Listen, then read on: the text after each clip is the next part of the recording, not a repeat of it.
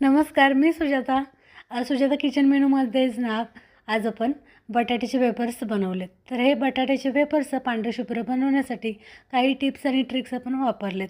तर हा संपूर्ण व्हिडिओ पाहण्यासाठी खाली जो त्रिकोण दिसतोय ना, त्या बटनवर क्लिक करा म्हणजे तुम्हाला संपूर्ण व्हिडिओ पाहता येईल.